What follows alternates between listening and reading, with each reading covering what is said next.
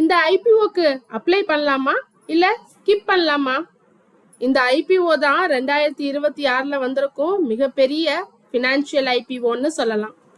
SBI funds management IPO சுமார் 11,693 கோடி issue size. இந்தியாவில் நம்பர் 1 மியூச்சுவல் ஃபண்ட் கம்பெனி. ஆனா இந்த ஐபிஓல ஒரு பெரிய ரெட் பிளாகும் இருக்கு.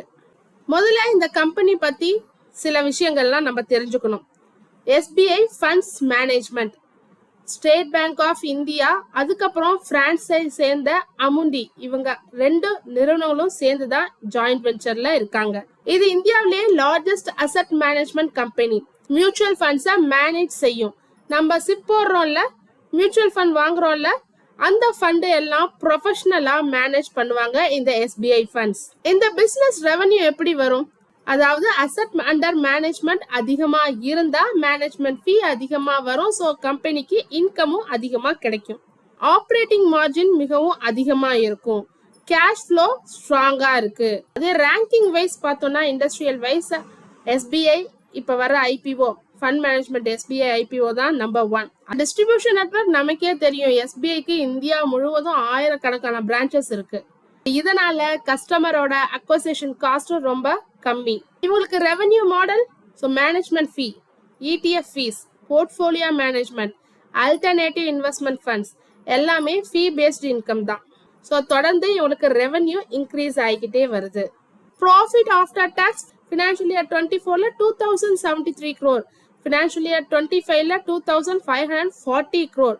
ஸோ ப்ராஃபிட்டும் இயர் ஆன் பேசிஸ்ல இன்க்ரீஸ் ஆகிட்டு வருது. ரிட்டர்ன் ஆன் ஈக்விட்டி 40%க்கு மேல. ஸோ அது ரொம்ப ஒரு எக்ஸலண்டான one. Return on capital employed 50%க்கு மேல. ஸோ கேபிட்டல் எஃபிஷியன்ட் பிசினஸ்க்கு இதுவே ஒரு எக்ஸாம்பிளா சொல்லலாம். டெப்ட் ஆல்மோஸ்ட் 0. ஃப்ரீ கேஷ் ஃப்ளோ ஸ்ட்ராங்காவே இருக்கு. அதனால தான் ப்ராஃபிட்ல பெரும் பகுதி கேஷாவே மாறுது. ஸோ இவங்களோட ஸ்ட்ரென்த் என்னன்னு பார்த்தோம்னா இந்தியாவிலேயே largest AMC, SBI brand, asset light business, டெப்ட் கிடையாது, ரிட்டர்ன் ஆன் ஈக்விட்டியும் அதிகம், ஆர்ஓசியும் அதிகம், ஸ்ட்ராங் கேஷ் ஃப்ளோ இருக்கு. அதாவது இப்ப சிப் கல்ச்சர் ரொம்ப ஸ்ட்ராங்காவே க்ரோ ஆயிட்டு இருக்கு. ஆனா ரிஸ்க்கும் ஒண்ணு இருக்கு. ஃபர்ஸ்ட் ரிஸ்க் என்ன தெரியுமா? இந்த ஐபிஓ ஃபுல்லா ஆஃபர் ஃபார் சேல் தான். கம்பெனிக்கு ₹1 கூட போகாது. ஐபிஓ பணம் முழுவதும் அவங்களோட எக்ஸிஸ்டிங் ஷேர் ஹோல்டர்ஸ்க்கு தான் போகும். ரிஸ்க் 2, மார்க்கெட் கிராஷ் ஆனிச்சுன்னா அசெட் அண்டர் மேனேஜ்மெண்ட் குறையலாம், ஃபீ இன்கமும் குறையலாம். ரிஸ்க் 3, செபி ஏதாவது ரூல்ஸை சேஞ்ச் பண்ணாங்கன்னா அவங்களோட எக்ஸ்பென்ஸ் ரேஷியோ குறையலாம்.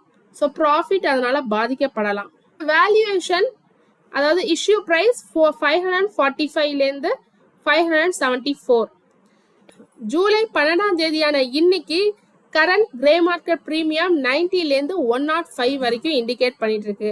அதாவது எக்ஸ்பெக்டட் லிஸ்டிங் பிரைஸ் 665லேருந்து 680க்குள்ள இருக்கலாம் அப்படின்னு காமிச்சிட்டு இருக்கு. Expected listing gain 15 to 80%. தொடர்ந்து இது மாதிரி யூஸ்ஃபுல்லான மார்க்கெட் அப்டேட்ஸ் வேணும்னா மறக்காம நம்ம சேனல்ல சப்ஸ்கிரைப் பண்ணுங்க, உங்க ஃப்ரெண்ட்ஸ்க்கு ஷேர் பண்ணுங்க. தேங்க்யூ.